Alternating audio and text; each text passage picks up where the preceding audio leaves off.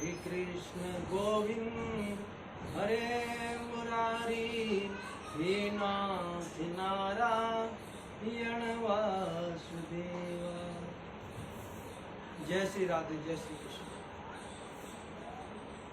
पिछले वीडियो में हमने ध्यान की कुछ बातों के बारे में जाना। आइए आज जानते हैं कि ध्यान साधना में क्या क्या दिखाई देता है। क्या ध्यान साधना में देवताओं के दर्शन होते हैं? हाँ, होते हैं। क्या ध्यान साधना में आवाज़ आती है? जैसे हम एक दूसरे से बातचीत करते हैं, क्या इस प्रकार से हमें साक्षात कोई आवाज़ सुनाई देती है? तो हाँ, सुनाई देती है। क्या ध्यान साधना में हमें सिद्धों के दर्शन होते हैं? हाँ, होते हैं। क्या ध्यान साधना में हम एक स्थान से दूसरे स्थान पर गति कर सकते हैं? हाँ, कर सकते हैं। आइए पहले जानते हैं गति के बारे में, किस प्रकार ध्यान साधना में गति होती है। जैसा आप सभी को पता है कि जब हम ध्यान लगाते हैं तो उस समय हमारा प्रयास क्या रहता है? हमारा प्रयास रहता है कि हम जिसका ध्यान लगा रहे हैं हमें सिर्फ वही दिखे। उदाहरण के लिए मान लीजिए कि मैंने यहाँ से ध्यान लगाया कि मैं हरिद्वार गंगा जी के किनारे देखना चाहता हूँ कि उस समय वर्तमान समय में गंगा जी के किनारे क्या हो रहा है। अर्थात गंगा जी का मैंने ध्यान लगाया। बैठा हूँ मैं कहीं और कई किलोमीटर दूर, लेकिन देखना चाहता हूँ।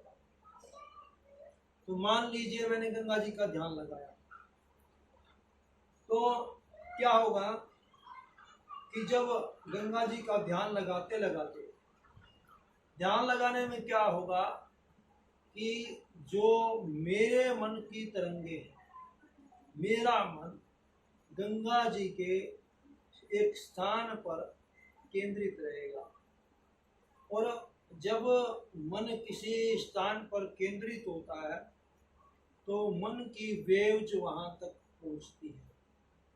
वेव मतलब तरंगे वहाँ तक पहुँचती है।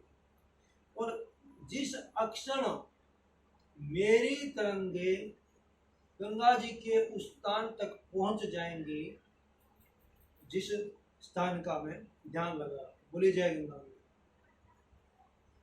उस अक्षण ध्यान देने की बात है कि जिस स्थान का मैं ध्यान लगा रहा हूँ उस स्थान पर पहुँच जाएंगी। अर्थात पूर्णतः मेरा मन उस स्थान पर एकाग्र हो जाएगा। उस समय मेरा ध्यान लगेगा। अर्थात जिस समय एकाग्रता की परिपक्व अवस्था आएगी उस समय मेरे मन की तरंगे वहाँ पहुँच जाएंगी। और क्या होगा कि उस स्थान पर क्या हो रहा है मुझे दिखाई देगा। जैसा कि बैठा तो मैं दूर हूँ, लेकिन मुझे वहीं बैठे बैठे वहाँ का दृश्य नजर आ जाएगा। क्या वो दृश्य काल्पनिक है? क्या वो दृश्य जो मुझे दिखाई दे रहा सत्य है? नहीं, काल्पनिक नहीं, सत्य है। अर्थात मुझे उस समय जो भी वहाँ का दृश्य दिखाई देगा वो सत्य ही होगा। और जो ध्यान साधना का गहरा अनुभव करते हैं वो इन बातों को जानते हैं। दूसरा, ध्यान साधना में हमें आवाज़ का आना, जिसको हम बोलते हैं नाद श्रवण भी बोलते हैं। जिस समय हम ध्यान की गहरी अवस्था में होते हैं उस समय हमें वास्तव में बिल्कुल ऐसी ही आवाज़ आती है जैसे हम एक दूसरे से साक्षात बात करते हैं तो हमें दूसरे व्यक्ति की आवाज़ सुनाई देती है। इसी प्रकार से ध्यान साधना में भी साक्षात आवाज़ सुनाई देती है, और वो उस आवाज़ को हम आकाशवाणी भी कह सकते हैं, उसको हम नाद भी कह सकते हैं। और फिर जो ध्यान साधना में हमें आवाज़ आती है, वो आवाज़ देने वाले हमें साथ में दिखाई भी दे सकते हैं, या ऐसा हो सकता है कि दिखाई ना दे करके केवल आवाज़ से ही वो हमारा मार्गदर्शन करें। मेरे कहने का अभिप्राय कि ध्यान साधना में सिद्ध संत महात्मा सिद्ध आकर के मार्गदर्शन भी करते हैं, और हमारे साथ उनकी बातें भी होती हैं, और फिर वो हमें दिशा निर्देश भी देते हैं। लेकिन ये सब ध्यान की परिपक्व अवस्था में होता है।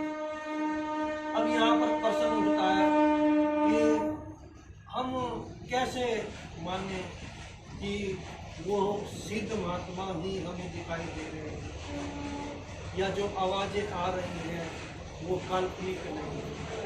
उसका सबसे बड़ा प्रमाण ये रहता है कि हमें उन ध्यान साधना की आवाज़ को जो हमें आ रही सुनाई देती है नोट करना होता है कि क्या मुझे कहा गया, क्या बताया गया है, और क्या जो उसने मुझे आवाज़ दी। जैसे मान लीजिए कि ध्यान साधना में कोई संत महात्मा आए और उन्होंने मुझे किसी के बारे में बताया कि उस व्यक्ति का कार्य बन जाएगा, इस प्रकार से इस तरीके से उसका कार्य बनेगा, उस दिन उसका कार्य बनेगा।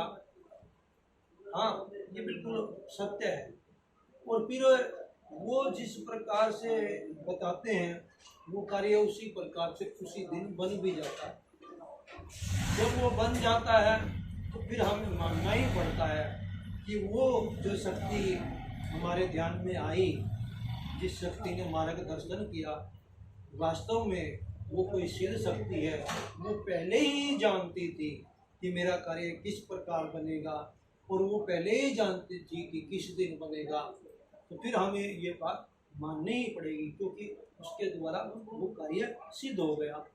और इस प्रकार से उसने हमारा एक मार्गदर्शन करा, अर्थात हमें अंतर ध्यान के द्वारा एक ऐसे मार्गदर्शन की, एक ऐसे गुरु की प्राप्ति हो गई जिससे हम ध्यान लगाकर कभी भी मार्गदर्शन प्राप्त कर सकें। अब करते हैं बात देवताओं की। क्या देवताओं के दर्शन होते हैं? हाँ, ध्यान में देवताओं के दर्शन होते हैं। क्या देवता मार्गदर्शन भी करते हैं? हाँ, करते हैं। ऐसा तो कई बार देखा गया है कि ध्यान में देवता आते हैं, मार्गदर्शन करके जाते हैं, हमें कोई फल आदि दे करके जाते हैं। ये तो हमारा सपनों का भी अनुभव रहता है कि कई बार हम देखते हैं कि सपन किसी को आया और उसको सपन में कोई उसको फल दे करके गया, और फिर फल देने के बाद उसको लाभ हुआ। ऐसा तो सपन आदि में भी प्राय देखा जाता है। लेकिन ध्यान आदि की अवस्था इससे विलक्षण ही होती है, उसमें वो उसको साक्षात देखते हैं। क्योंकि स्वप्न की बात को पूरा समझ में नहीं आता, क्योंकि उस समय तमोगुण प्रभावी होता है। लेकिन जागृत में जब हम ध्यान लगाते हैं, सतोगुण की प्रधानता के कारण ध्यान अवस्था में देखी गई सारी बातें सत्य होती हैं। तो देवता भी आते हैं, अर्थात दर्शन होते हैं।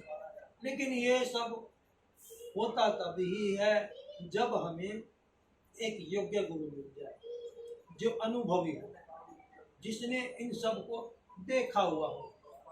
तब जाकर के वो हमें बताएगा कि ध्यान कैसे लगाना है, किस प्रकार से हमने सुनना है, किस प्रकार से हमें ध्यान के द्वारा दर्शन हो। तब जाकर के ये हो सकता है। यदि अनुभवी गुरु ना हो तो नहीं हो सकता। और आज वर्तमान के समय में अनुभवी गुरु है नहीं, लेकिन अनुभवी जो है एक आपका अच्छा मार्गदर्शन कर सकता है। ध्यान लगाना कोई मुश्किल बात है नहीं और आसान भी नहीं है, लेकिन उसके लिए मुश्किल नहीं है जिसने अनुभव किया है, उसके लिए मुश्किल है जिसने अनुभव नहीं किया। तो अनुभवी का मार्गदर्शन मिलेगा तो में भी जो है अनुभव हो जाएगा। फिर बात आती है कि एक योग्य गुरु मिल जाए तो फिर क्या, फिर तो हमारा अभ्यास मात्र रह जाता है। और गुरु कृपा जब बरसती है तो ध्यान लगाना बहुत जल्दी आ जाता है। तो मेरा तो आपसे यही आग्रह है, यदि आपका कोई प्रश्न भी है तो आप मुझसे पूछ सकते हैं। आपसे मेरा यही आग्रह कि ये वास्तव में आप एक वास्तविक ज्ञान को, वास्तविक शिक्षा को पाना चाहते हैं जिससे आपको जीवन में सफलता मिले, तो मैं तो यही कहता हूँ, आओ लगाएं ध्यान, आओ पाएं ज्ञान। जय श्री राम, जय श्री श्याम।